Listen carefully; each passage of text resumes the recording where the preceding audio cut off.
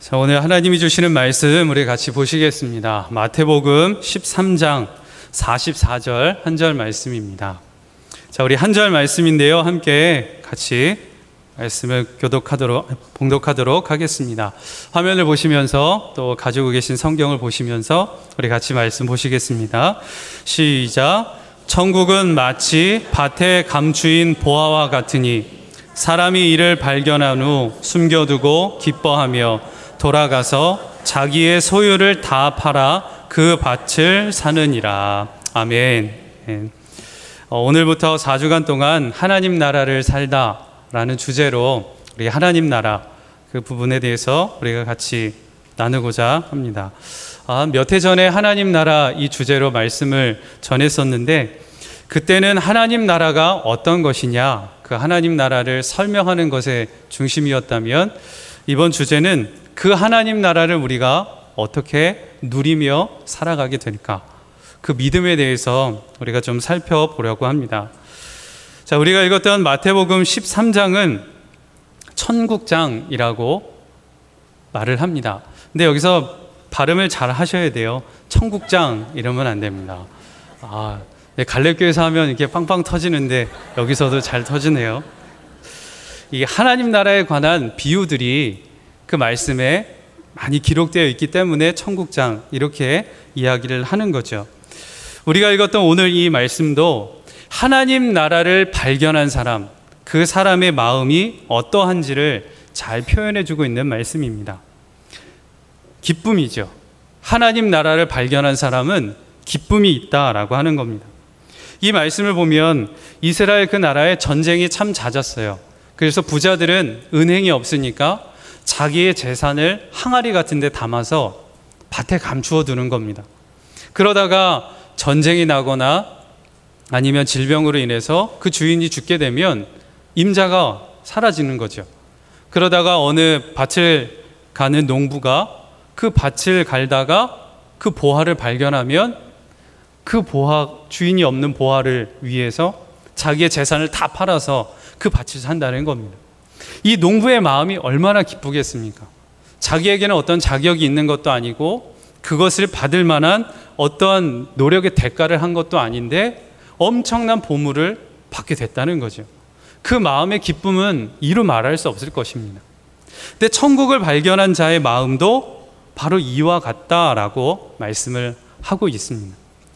저는 바라기는 우리가 이 수요 예배를 통해서 우리 안에 감추어져 있는 이 보물, 하나님 나라를 진정으로 발견해서 정말 내 모든 것을 송두리째 내어드려도 아깝지 않을 것 같은 그런 기쁨과 감격 안에서 하나님 나라를 누리는 우리 모두가 다 되기를 소망합니다.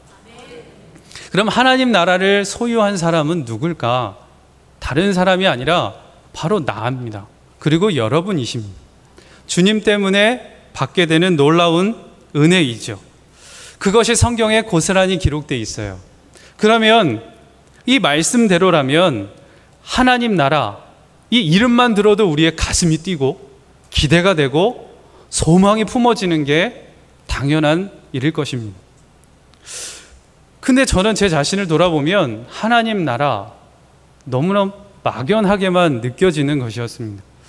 소망이 있기는 하지만 막연하게 다가오고 또렷하게 그게 무엇인지 보여지지 않고, 그래서 답답하고 흔들리고, 어찌 보면 제 안에 항상 무거운 짐과 같이 다가오는 주제이기도 했습니다. 왜 그러냐면 나 죽어서 천국 못 가면 어떡하지?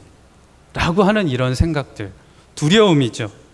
믿어도 이 두려움에 눌리다 보니까 두려움에 뛰어넘기는커녕 염려에 사로잡히고 그 눈이 어두워지고, 그래서 불안함 속에서 믿음 생활이 계속 반복되는 그런 모습이 제 안에 있었습니다. 여러분도 혹시 그렇지는 않은지 모르겠습니다. 오늘 이 수요 예배를 통해서 정말 하나님 나라가, 주님이 말씀하시는 하나님 나라가 어떤 것인지 우리가 좀 명확하게 깨닫고 그 하나님 나라의 기쁨을 누리게 되길 간절히 원합니다. 하루는 아내가 제게 이렇게 물어봤어요. 당신은 제일 하고 싶은 게 뭐야? 그 질문을 듣고 제 자신을 돌아보니까 별로 그렇게 하고 싶은 게 없더라고요. 그러다가 가만히 생각하다가 하나가 생각이 났어요. 나중에 시간이 되면 저기 산티아고 순례길 한번 걸어보고 싶은 그 생각이 제 안에 들어오는 것이었습니다.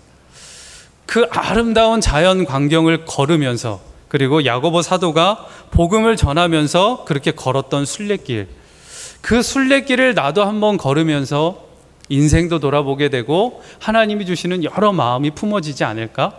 그런 기대감이 제 안에 조금은 있었던 것이었습니다. 그러다가 하루는 이제 똑같은 주제로 아이들에게 한번 물어봤어요. 너희들은 뭐 하는 게 제일 좋아? 뭐 하고 싶어? 이렇게 물었더니 저희 아이들의 대답은 딱 한결 같았어요. 이거 하나였습니다. 아빠랑 노는 거. 다른 것도 아니었어요. 어디 가는 것도 아니고 많은 것을 달라는 것도 아니고 그냥 아빠랑 노는 거. 이게 제일 즐겁고 기대가 된다는 것이었습니다. 그 대답을 딱 듣는데 저는 어느 멋진 곳을 방문하거나 많은 것을 제가 받거나 그래야 기쁨이 있고 가슴 뛰는 것이라고 생각을 하는데 아이들은 그렇지 않았던 거죠. 그냥 아빠만 있으면 되는 거예요. 그 아빠하고 함께 있는 그 자체가 기쁨이라는 것이죠. 그런데 성경을 보니까 예수님께서 그런 아이들이 천국의 주인공이라고 말씀을 하고 있는 것이었습니다. 많은 것을 누리고 얻고 어디를 가야만 소망을 얻는 그런 것이 아니라 그냥 하나님 그분을 즐거워하고 하나님과 함께 있는 그것을 사모하는 그런 사람, 바로 어린아이와 같이 그렇게 주님을 즐거워하는 사람이 천국의 주인공이다 라고 이렇게 말씀을 하고 있는 것이었습니다. 아, 이것이구나. 하나님 나라를 향해 우리가 소망을 품고 나아갈 때 진짜 중요한 게 무엇인지를 이것이 보여주는 것이구나 붙잡게 됐습니다. 그래서 하나님 나라를 우리가 함께 나눌 때 잘못된 오해부터 우리가 먼저 풀어야 합니다. 어떤 것이냐면 하나님 나라를 어떤 장소, 공간으로 생각하는 그런 것이죠. 보석으로 아름답게 꾸며지고 오색 찬란한 화려한 그 어떤 나라, 그리고 그곳에 가서 감탄이 절로 나오는 아름다운 광경을 보는 그런 나라, 아픔 없고 슬픔 없고 여기서 이 모든 고난을 씻겨줄 그런 아름다운 나라, 그곳에 가는 것, 우리가 그렇게 천국을, 하나님 나라를 그렇게 생각을 하는 거죠. 이 땅에서 예수님 있다가 죽으면 가게 되는 저 천국, 저 하나님 나라를 생각하는 바로 이 개념을 우리가 먼저 오해를 풀어야 하는 것입니다. 하나님 나라는요, 이런 장소, 공간적인 개념을 말하는 것이 아닙니다. 하나님 나라는 영어로 하면 킹덤 오브 갓입니다. 하나님의 왕국, 하나님의 나라, 그러니까 하나님께서 다스리신다라고 하는 의미가 그 안에 깊이 담겨 있는 겁니다. 성경을 보면 구약부터 신약까지 다 이 주제로 말씀이 기록되어 있습니다. 하나님께서 다스리시는 것, 하나님의 말씀이 통치되는 것, 이것을 말하는 거죠. 장소와 공간의 개념을 뛰어넘어서 하나님의 주권, 하나님의 다스림, 하나님의 통치하심이 이루어지는 모든 곳이 바로 하나님 나라인 것입니다. 그리고 이 하나님 나라를 먼저 말하기 전에 용어부터 좀 정리를 해야 될 것 같아요. 우리가 좀 헷갈리는 게 천국, 하나님 나라, 이게 도대체 뭐냐? 이 말부터 좀 정리를 하면 좋겠습니다. 마태복음에서는 천국으로 기록되어 있고 마가복음과 누가복음은 하나님 나라로 이렇게 기록되어 있어요. 그럼 이게 다른 거냐? 아니라는 거예요. 마태복음은 유대인들을 대상으로 말씀이 쓰여졌고 마가복음과 누가복음은 이방인들 모두에게 다 말씀이 기록되어 있습니다. 근데 이 말씀을 보면 유대인들은 하나님이라고 하는 이름을 함부로 올릴 수가 없었어요. 그래서 하나님 나라 대신에 하늘에 있는 나라로 표기를 했습니다. 그런데 이 하늘에 있는 나라를 한글로 번역하다 보니까 천국으로 표기를 했던 거죠. 그러니까 이 관계를 보면 천국과 하나님 나라는 같은 의미를 가지고 있다라고 볼 수가 있습니다. 그러니까 이것은 어떤 장소를 말하는 게 아니라 하나님이 다스리시는 그 영역, 주권이 더 초점이 맞춰지는 말이다라고 하는 거죠. 근데 여기서 우리가 좀 더 주의해야 할 것은 우리가 죽어서 가는 저 천국, 천당이라고 하는 개념은 좀 주의해야 합니다.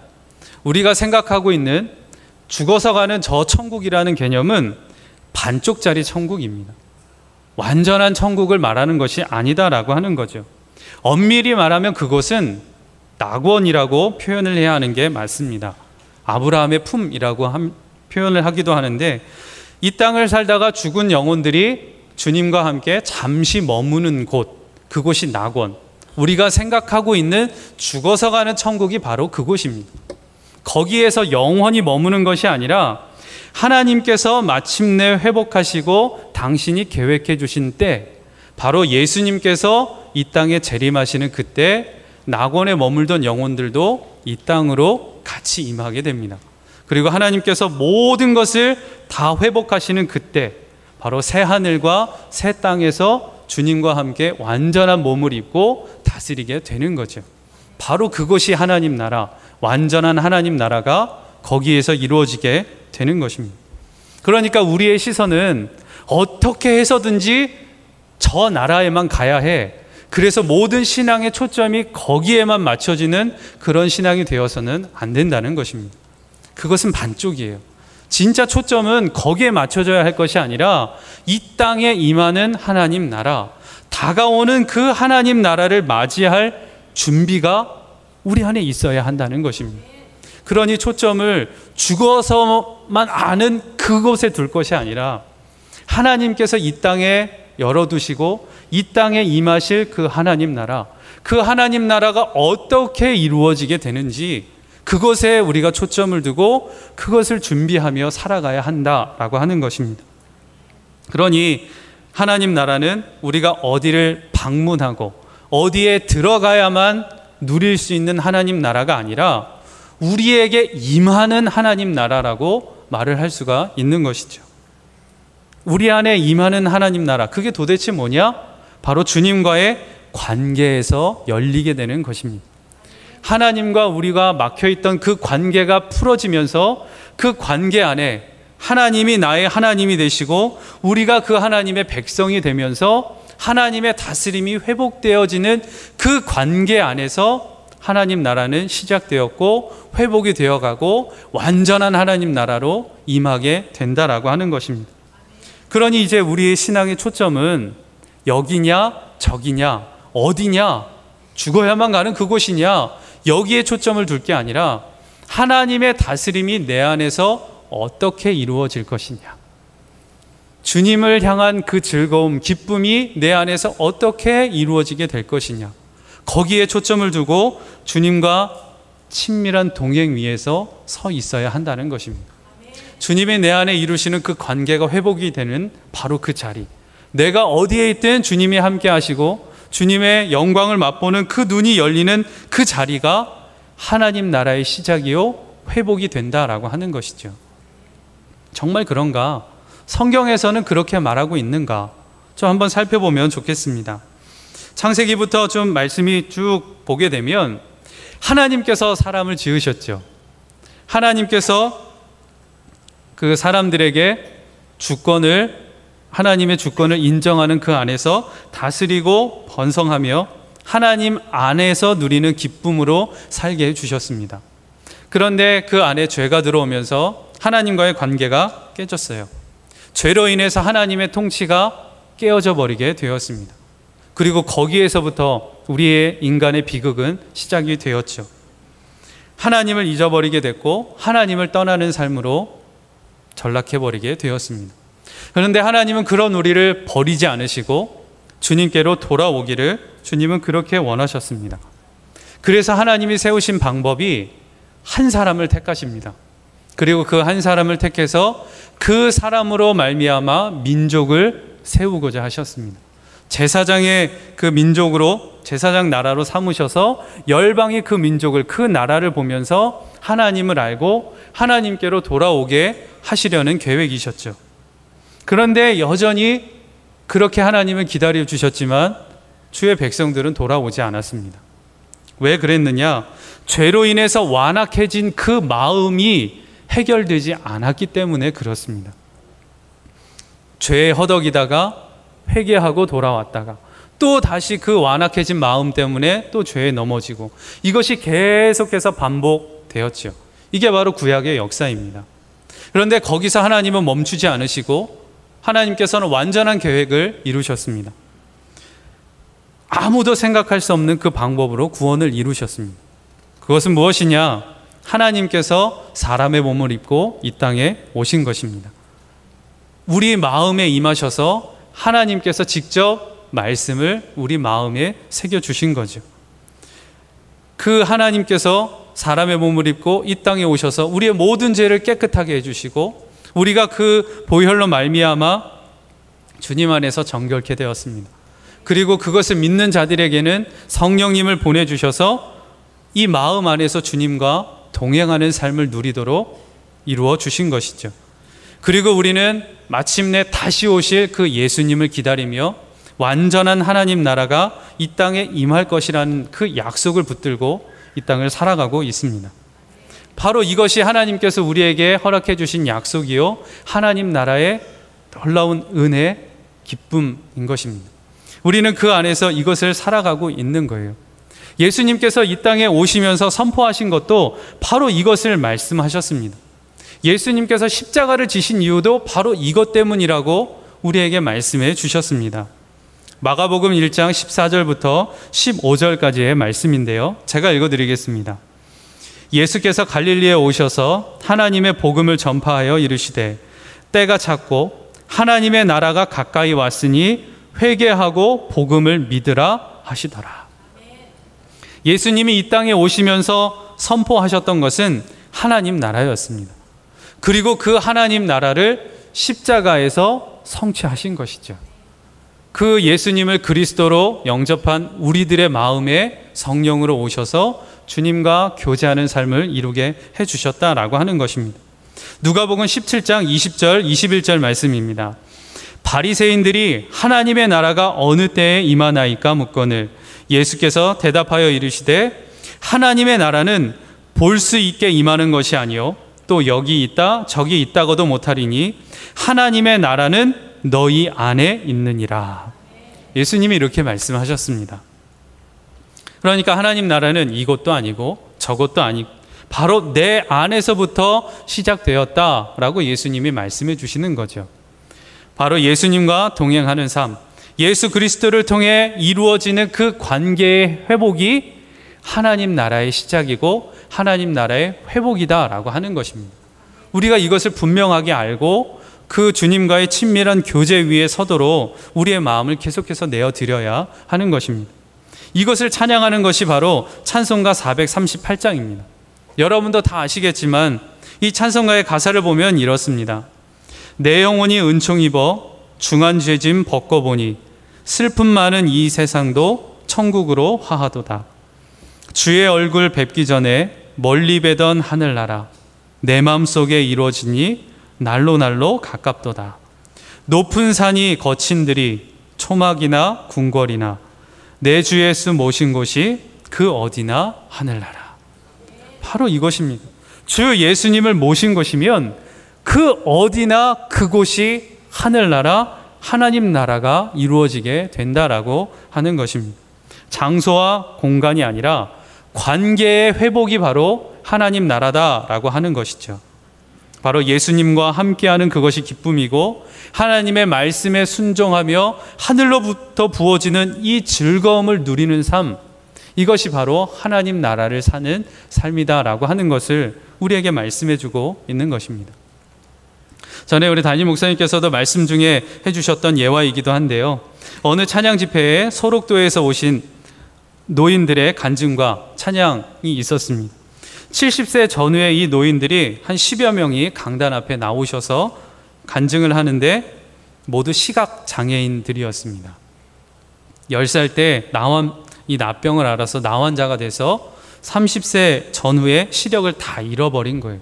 그리고 그런 분들이 하나님께 감사와 찬양의 고백을 하는 것이었습니다. 그들의 간증의 내용은 이것이었어요. 하나님의 은혜가 너무너무 감사해서 이 자리에 섰습니다. 이런 간증이었습니다. 그곳에 모인 교인들보다 받은 거 아무것도 없죠. 오히려 그 삶의 모습을 보면 불쌍하고 불행하고 안타까운 동정심이 있는 그런 분들이신데 오히려 하나님 앞에서 감사하고 찬양을 올려드리고 있는 것입니다. 나병 때문에 형제로부터 부모로부터 버림을 받았어요.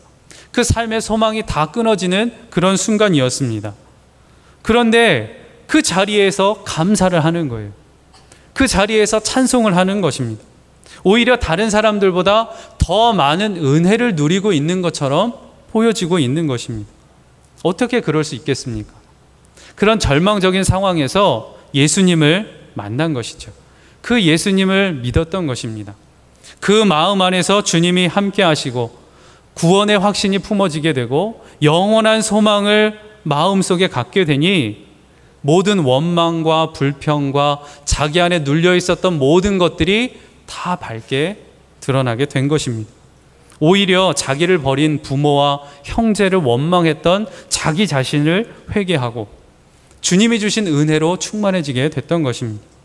영원한 천국을 보고 나니 이 나병에 걸린 것도 감사하고 눈 멀게 된 것도 감사하다고 이렇게 고백을 했던 것입니다. 어떻게 이렇게 고백을 할 수 있을까요? 사람의 눈으로 보고 이 세상의 눈으로 보면 불쌍한 거잖아요. 안타까운 거잖아요. 그런데 오히려 더 감사하고 찬송할 수 있는 그것은 마음 안에 소망이 있기 때문입니다. 주님이 함께 하시고 주님과의 관계가 회복이 되어지니 여전히 불편한 몸이 있고 불쌍한 그런 상황과 현실이라 할지라도 그것을 뛰어넘을 수 있는 기쁨과 즐거움이 그 안에 부어지게 되었던 것이죠. 우리도 똑같이 그렇습니다. 비록 지금 여전히 죄 가운데 있고 불완전한 이 세상을 산다 할지라도 내 안에 주님과의 관계가 회복되어지고 주님이 나와 함께 하시는 게 명확하게 누려지고 그 주님으로 말미암아 영원한 소망의 눈이 떠지고 그리고 주님이 주시는 그 하늘의 기쁨과 감격이 내 안에 있다면 환경과 여건과 상관없이 하나님 나라의 삶을 누리며 살아갈 수 있다라는 것입니다. 그것을 우리가 소망하고 그것을 붙들길 원합니다. 그러면 하나님께서 주시는 그 소망, 기쁨, 그것은 우리가 어떻게 누릴 수 있을까요? 그냥 내가 마음대로 그냥 내 자의적인 생각으로 그렇게 품어가는 것일까? 그렇지 않습니다. 말씀에서 분명히 우리에게 말씀을 해주시는데 로마서 14장 17절 말씀입니다. 제가 말씀을 읽어드리겠습니다. 하나님의 나라는 먹는 것과 마시는 것이 아니요 오직 성령 안에 있는 의와 평강과 희락이라. 아멘입니다. 하나님 나라를 미리 맛보며 살아가는 그 기쁨이 어디에 있느냐? 먹는 것도 아니고 마시는 것도 아니고 성령 안에 있는 의와 평강과 희락으로 맛보며 알 수 있다고 우리에게 말씀해 주고 있습니다. 그럼 도대체 이 성령 안에 있는 의와 평강과 희락, 이게 무엇일까요? 좀 이것을 우리가 살펴보면 좋겠다 싶은데요. 하나님의 의, 로마서 3장 21절부터 24절까지의 말씀인데요. 제가 읽어드리겠습니다. 율법 외에 하나님의 한 의가 나타났으니 곧 예수 그리스도를 믿는 믿음으로 말미암아 모든 자에게 미치는 하나님의 의니 모든 사람이 죄를 범하였음에 하나님의 영광에 이르지 못하더니 그리스도 예수 안에 있는 속량으로 말미암아 의롭다 하심을 얻은 자 되었느니라. 이 말씀을 우리가 살펴보면 하나님의 의는 딱 이것입니다. 우리를 거룩하게 해주신 것입니다. 우리를 거룩하게 해주신 이것이 바로 하나님의 의입니다. 주의 보혈로 우리의 죄를 사해 주셨습니다. 그런데 우리를 깨끗하게 해주신 건 이것으로 끝이 아니라 더 큰 이유가 있는데 그것은 무엇이냐면 우리를 변화시켜 주시는 것입니다. 죄만 용서해 주신 게 아니라 거룩하게 해주셨으니 거룩한 삶을 살도록 변화시켜 주셨다는 것입니다. 바로 우리의 변화된 이 삶의 모습이 하나님의 의를 드러내게 한다는 것이죠. 더 이상 죄에 매여 사는 게 아니라 하나님의 거룩하심을 따라 변화된 삶을 살아가게 된다는 겁니다. 이 변화된 삶의 모습을 통해 하나님의 의가 놀랍구나. 하나님이 진짜 살아계신 분이고 하나님은 의로우신 분이구나. 이것을 증거하게 하신다는 겁니다. 어떤 변화이지요? 죄를 좋아했던 내가 이제는 그 죄가 싫어지는 것입니다. 사랑하지 못하고 용서할 수 없었던 그 사람을 사랑할 수 있게 되고 용서할 수 있게 되는 변화인 것이죠. 바로 이런 것들이 하나님의 의를 나타내는 통로들인 것입니다. 예수님 때문에 일어나는 이런 변화들, 바로 이 작은 변화라 할지라도 그것이 내 안에 있으면 그것이 바로 하나님의 의를 나타내는 것입니다. 그리고 이런 변화들을 보면서 지금은 아주 미약하고 작은 것처럼 보이지만 하나님의 완전한 그때가 임하는 그날, 완전한 회복이 있는 그날 우리가 완전하게 어떻게 변하게 될지를 미리 맛보게 해주는 것입니다. 죄에 매여 살지 않고 더 이상 어둠에 매여 살지 않고 하나님의 빛 가운데서 의롭게 변화된 자의 삶으로 어떻게 살아가게 되는지를 미리 맛보게 해주시는 것이라는 겁니다. 그러니 내 안에 주님으로 말미암아 일어나는 변화가 있다면 그것이 바로 하나님 나라를 맛보게 해주는 증거다라고 하는 것이죠. 자, 그리고 하나님의 평강입니다. 이 샬롬의 은혜는 하나님께서 우리를 거룩하게 해주셨습니다. 우리의 죄를 용서해 주셨습니다. 이 용서해 주신 것이 믿어지는 행복입니다. 하나님께서 내 모든 죄를 용서해 주셨다라고 하는 게 믿어지는 은혜인 것이죠. 하나님 앞에 서면 범죄하지 않는 사람 아무도 없습니다. 죄 없는 사람 그 누구라고 말을 할 수도 없는 것이죠. 그러한 죄 위에는 하나님의 무서운 진노가 있고 심판이 있습니다. 하나님 앞에서 심판받지 않을 사람 아무도 없다는 거예요. 그런데 그러한 죄를 하나님이 용서해 주셨다는 것입니다. 그리고 그 하나님의 용서함 앞에서 이제는 죄를 기억하지 않겠다고 하신 그 약속이 믿어지게 되는 거예요. 그게 믿어지니까 마음에 평강이 임하는 것입니다. 한번 생각해 보십시오. 하나님께서 여러분의 모든 죄를 다 기억하고 계시다면 어떻겠습니까? 하나님이 아니더라도 내 주변에 아는 사람 앞에서 지금 내가 지나왔던 삶의 모든 죄가 그 사람 앞에 다 펼쳐진다고 한번 생각해 보십시오. 온전하게 생활하실 수 있는 분 있으십니까? 다 부끄럽고 정말 쥐구멍이라도 숨고 싶은 그런 마음이실 겁니다. 하나님은 그것 사람 앞에 드러나는 것보다 더 모든 것을 다 아십니다. 우리의 마음을 감찰하시는 분이시니까요. 내가 품었던 생각조차도 하나님은 다 알고 계시는 거예요. 그런데 그 모든 것들이 하나님 앞에 다 드러나고 하나님이 그것을 기억하고 계신다 생각해 보십시오. 천국에 간다고 해서 우리가 하나님 앞에 딱 섰을 때 천국의 기쁨, 이제 영원한 하나님과 함께 거하는 즐거움이다, 이렇게 누려질까요? 아마 숨고 싶을걸요. 그 죄책감 때문에 매일 눌려있고 그 즐거움들은 다 사라질 것입니다. 그런데 하나님께서 우리에게 약속해 주신 거예요. 너희들의 그 죄 내가 기억하지 않겠다. 다 용서해 줬다. 하나님이 그렇게 약속해 주셨고 여전히 죄가 우리에게 있지만 그 죄가 용서함 받았다는 게 믿어지는 거예요. 그러니 하나님 앞으로 나아갈 수 있는 거죠. 그리고 그 하나님 앞에 나아가 주의 얼굴을 보니 용서함 받고 하나님의 놀라운 기쁨이 내 안에서 부어지게 되는 것입니다. 이게 바로 평강인 것입니다. 저희 집에 4살짜리 공주님이 살고 있습니다. 이 아이는 가만히 있으면 사고를 칩니다. 그냥 한시도 가만히 있지 못하는 아이예요. 근데 어느 날 아이가 의자에 앉아서 조용히 있는데 조용하니까 너무너무 불안한 겁니다. 그래서 이게 뭐 하나 하고 이렇게 옆을 딱 봤더니 아니나 다를까 가위로 자기 내복 바지를 싹둑 자르고 있는 것이었습니다. 그러다가 저하고 눈이 딱 마주쳤는데 그때 이제 이 아이가 정신이 든 거예요. 자기가 뭔 일을 저질렀는지 이제 깨달은 겁니다. 그리고 저하고 눈이 마주치자 보이지 않는 그 암묵적인 이야기로 엄마한테 이르지 말라는 그런 떨리는 눈빛이 제게 감지가 됐습니다. 그런데 제가 말 안 할 수 있겠습니까? 그 아이는 너무너무 예쁘지만 아내가 더 무서운 걸 저는 아니까요. 그래서 여보, 야, 이 지금 일 저질렀어. 일렀죠. 그랬더니 아내가 오자마자 그 아이를 보고는 꾸짖었어요. 방으로 데려가서 너 전에도 이러더니 이러지 말라 그랬는데 너 이러면 어떡해? 가위로 바지를 자르는 거야? 종이를 자르든지 필요한 걸 잘라야지 하면서 그 아이를 혼내는 것이었습니다.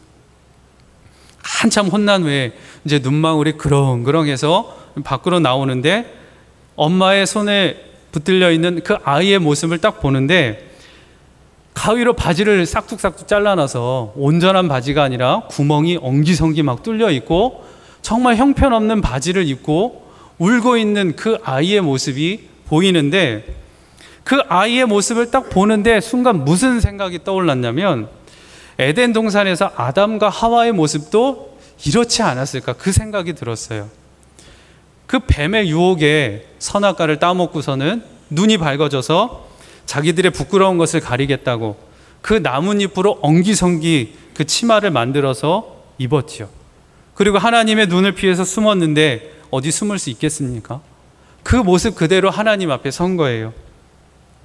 어설픈 그 나뭇잎으로 만든 치마로 자기의 모습을 가리겠다고 그렇게 서 있는 그런 부끄러운 모습으로 하나님 앞에 서 있는 아담과 하와의 모습이 문득 생각이 나는 것이었습니다. 그러면서 이 구멍난 바지, 이 바지를 망가뜨린 그 아이를 저희 아내가 어떻게 했을까요? 이거 네가 저지른 잘못이니 너 이 바지 입고 너 계속 살아야 돼. 그리고 그 바지만 계속 입혔을까요? 만약에 그랬다면 엄마가 아니죠. 그때 제 아내는 어떻게 했냐면 그 아이의 구멍난 바지를 벗겼어요. 그리고 서랍에서 새 바지를 꺼내서 아이에게 입혀주고 아이를 꼭 안아주면서 두 번 다시 그러면 안 돼. 등을 토닥이면서 아이를 꼭 안아줬어요. 근데 이 모습이 딱 보여지는데 또 하나님의 모습이 생각이 나는 것이었습니다. 그 엉기성기 나뭇잎으로 자기의 부끄러운 것을 가리겠다고 그렇게 죄의 대가로 그 죄 지르고 서 있는 그 아담과 하와를 향해 하나님은 꾸짖지 않으셨어요. 너희들 뭐 하는 짓이냐? 아우, 니네 죄의 대가니까 니들이 알아서 살아. 그러면서 그 아담과 하와를 내치신 것이 아니었습니다. 하나님께서는 어떻게 해주셨냐면 이들에게 가죽옷을 입혀주셨습니다. 그리고 너희들을 보호해 주겠다고 하나님이 약속해 주셨죠. 그 말씀이 생각나면서 또 제 자신의 모습이 생각나는 것이었습니다. 여전히 죄의 종노릇하고 부끄럽고 하나님 앞에서 정말 아무 자격 없이 부끄러움으로 덕지덕지 붙어있는 그 내 모습, 그런 나를 향해 주님이 사랑한다고 예수 그리스도의 십자가의 보혈을 흘려주시고 나를 용서해 주셨습니다. 우리의 허물을 기억하지 않겠다고 하나님이 약속해 주셨고 그 넓은 품에서 우리를 안아주고 계시는 것입니다. 이게 믿어지는 거예요. 하나님의 용서, 그 사랑이 믿어지니 평안함이 있는 것이죠. 샬롬, 이 하늘의 평안이 내 마음에 누려지게 되는 것입니다. 그리고 세 번째, 성령의 기쁨. 이 희락은 어떤 것이냐? 이 세상이 주는 기쁨과 다른 것입니다. 세상의 기쁨은 지금 한참 좋았다고 해도 어느 순간인가 그 기쁨과 즐거움은 다 사라져 버리죠. 그런데 성령님으로 부어지는 이 기쁨은 변하지 않는 진리요 확증된 증거입니다. 철로 역정에서는 이 즐거움을 어떻게 표현하냐면 자신이 지고 있던 그 무거운 짐이 나가 떨어지면서 굴러 떨어지는 그것을 보는 즐거움으로 표현을 하고 있습니다. 내 안에 있던 이 모든 죄가 다 떨어져 나가고 그런 나를 하나님이 품에 안아주시면서 너는 이제 내 자녀야. 하나님의 자녀라고 받아주시는 그것이 믿어지는 기쁨인 것입니다. 하나님의 자녀로 서는 것. 바로 성령님을 우리에게 보내주시면서 하나님을 인으로 쳐주시고 하나님의 백성, 하나님의 자녀 삼아주시는 그 기쁨. 이것이 바로 성령 안에서 누리는 기쁨이다라고 하는 것이죠. 그러니 하나님의 자녀가 된 그 즐거움을 누리는 것, 바로 이것이 성령의 희락, 즐거움이다라고 하는 것입니다. 자, 이 세 가지, 하나님의 의, 평강, 그리고 성령 안에서의 희락, 이 세 가지인 것 같지만 이것은 하나에서 다 이루어졌습니다. 그것은 어디냐면 바로 예수 그리스도의 십자가입니다. 십자가에서 우리는 하나님 나라의 기쁨을 맛보며 살아갈 수 있도록 우리에게 그 길을 열어주신 것입니다. 예수 그리스도의 보혈이 우리의 죄를 깨끗하게 해주셨어요. 그리고 우리는 그 십자가를 볼 때마다 내 죄가 사해졌고 하나님이 용서해 주셨다라고 하는 확신, 그 은혜가 우리 안에 누려지는 것입니다. 그리고 그 십자가를 볼 때마다 이제 나는 하나님의 자녀가 되었구나, 하나님께서 나를 받아주셨구나, 이것이 믿어지고 그 은혜로 말미암아 하나님의 자녀로서, 빛의 자녀로서 변화된 삶을 살아갈 수 있게 되었다라고 하는 것이죠. 그러니 우리가 그 매일매일 십자가를 볼 때마다 주의 은혜를 기억하며 살아갈 때 하늘의 기쁨과 그 감격, 하나님 나라를 살아가는 즐거움으로 우리가 이 땅을 살아갈 수 있게 되는 것입니다. 바로 주님으로 인한 내 속사람의 변화, 이것이 바로 하나님 나라를 사는 즐거움이요 기쁨이다라고 하는 것이죠. 이것이 바로 오늘 말씀을 통해서 우리에게 주시는 놀라운 기쁨이요 즐거움인 것입니다. 저는 이 말씀을 준비하면서 이렇게 진리가 딱 붙잡혀지는데, 하나님 나라를 살다, 하나님 나라를 사는 기쁨, 십자가에서 주님과 온전한 관계 위에 주님과 함께 살아가는 이것이 하나님 나라를 사는 즐거움이구나, 기쁨이구나, 이것이 깨달아지는데, 저는 뭔가 더 무언가가 필요하지 않나, 이런 생각이 제 안에 계속 밀려오는 것이었습니다. 뭔가 이 필살기 같은 무언가 하나가 딱 터져서 그렇지 이거지 라고 하는 또 다른 무언가가 있지 않을까, 계속 그런 생각이 제 안에 일어나는 것이었습니다. 그러다가 문득 내 삶 속에서, 믿음 안에서 예수님이 계시지 않는다면, 이 십자가 은혜가 없다면 지금 내 삶은 어떨까, 문득 그 생각이 들었어요. 그리고 한번 생각해 봤습니다. 내 삶 속에 예수님을 믿는 믿음이 없고 십자가의 그 은혜가 내게 지금 없다면 내 삶은 과연 어떨까? 어둠이더라고요. 살아갈 이유도 없고 소망도 없고 이렇게 열심히 할 필요도 없었습니다. 뭐가 옳은지 그른지도 분간할 수도 없어졌고 선한 것을 위해 살아갈 필요조차 없어지더라고요. 왜 이렇게 살아야 하는지 이유 자체가 다 사라지게 되는 느낌이 제 안에 들었습니다. 왜냐하면 죽으면 끝인데요. 천국의 소망이 사라지니, 하나님 나라의 소망이 없으니 내 삶에 대한 모든 것들이 허무해졌습니다. 그리고 의를 위해서 살아가야 할 필요도 없어요. 그냥 내 하고 싶은 대로 살아가면 되죠. 누가 뭐라 하겠습니까? 내 원하는 대로 마구마구 살아가도 누가 저를 향해 손가락질할 사람 아무도 없는 거예요. 왜냐하면 죽으면 끝이니까요. 아무것도 아닌 게 돼버리더라고요. 정말 내 삶은 이게 무슨 의미가 있지? 죄의 종노릇하며 그냥 어둠 속에, 그냥 캄캄한 어둠 속에 살아가는 딱 그 모습이었습니다. 그런데 다시 예수님을 생각하고 하나님 나라의 그 소망을 붙들고 십자가의 은혜를 다시 붙들게 되니 명확해졌습니다. 내 삶이 왜 주님 안에 살아가야 되는지, 그리고 하늘의 소망을 왜 품고 살아가야 하는지, 그리고 그 소망을 품고 살아가는 길이 빛 가운데 걸어가는 길이다라고 하는 이 말이 분명하게 깨달아졌습니다. 여러분들 한번 생각해 보십시오. 여러분의 삶 속에 예수님이 계시지 않는다면, 예수님의 십자가의 은혜가 없다면 여러분의 삶은 어떠시겠습니까? 우리는 하나님 나라의 기쁨과 그 즐거움을 이미 우리에게 주셨고 그 은혜를 누리며 살아가도록 주님이 길을 다 열어주셨는데, 우리는 그걸 다 놓치고 살아가는 것이 아닌지 우리가 한번 되돌아봤으면 좋겠습니다. 그리고 만약 지금 내 삶 속에 하나님 나라의 그 삶과 기쁨을 누리며 살아가고 있지 못하다면 십자가 앞으로 다시 돌아가 주님과의 그 관계를 점검해 보시기 바랍니다. 내가 정말 주님의 마음을 품고 있나? 하늘의 기쁨과 감격을 살아가도록 주님이 주시는 마음에 순종하며 살아가고 있나? 그거 말고 다른 그 무언가를 찾아 헤매고 방황하고 있는 것은 아닌가? 우리의 믿음을 되돌아보고 점검해 보길 간절히 원합니다. 하나님 나라를 사는 자로서의 기쁨, 그리고 우리가 그것을 위해 달려가고 붙들어야 할 것은 오직 딱 한 가지밖에 없습니다. 예수님과의 친밀한 동행인 것입니다. 내 안에 주님이 이루시는 그 기쁨, 주님과의 온전한 관계 위에 서서 하늘의 기쁨과 감격으로 살아가는 여러분 모두가 되시길 주님의 이름으로 축원합니다.